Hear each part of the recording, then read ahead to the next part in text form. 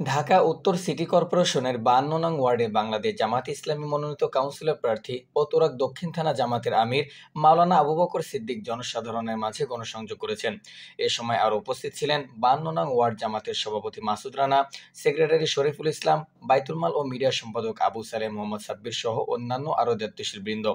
এ সময় মাওলানা আবু বকর সিদ্দিক সকলের সাথে কুশল বিনিময় ও সার্বিক খোঁজখবর নেন। জামায়াতে ইসলামীর লক্ষ্য ও উদ্দেশ্য সম্পর্কে সকলকে অবহিত করেন, সমাজ সংস্কারে জামায়াতে ইসলামীর ভূমিকা উল্লেখ করেন এবং আগামী নির্বাচনে সকলের কাছে জামাতের জন্য দোয়া ও ভোটের প্রত্যাশা করেন।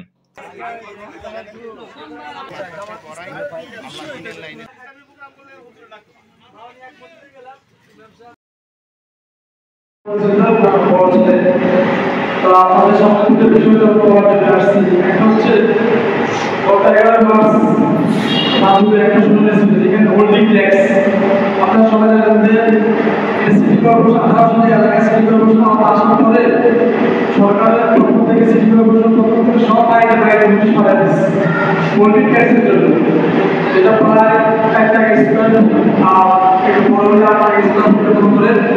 আমার সিটি কর্পোরেশনের যে আমরা বলছি আমাদের এলাকায় কোনো উন্নয়ন হয় না, আমরা কিছু পোল্ট্রি ট্যাক্স এই জন্য সিটি কর্পোরেশন আপনাদের প্রেক্ষিতে পোল্ট্রি ট্যাক্স না দেওয়ার ব্যাপারে একটা সিদ্ধান্ত নিয়েছে।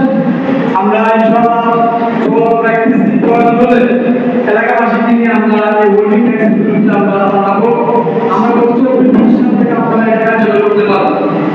এক নাম্বার 2 হচ্ছে মূসক নিয়োগ এবং নতুন করে গ্যাস লাইন প্রদান করা। এই বিষয়গুলো নিয়ে আপনারা সিটি কর্পোরেশনের যে প্রশাসন আছে আমরা কথা বলেছি। সমাজ এলাকাবাসী আমরা ইনশাআল্লাহ জামাত ইসলামের কাজ করতেছি, আমাদের এলাকায় বক্তব্য চলতেছে, আপনারা সবাই দোয়া করবেন। পাশাপাশি ওয়ার্ডে জামাত ইসলামের পক্ষ থেকে কাউন্সিলর করার জন্য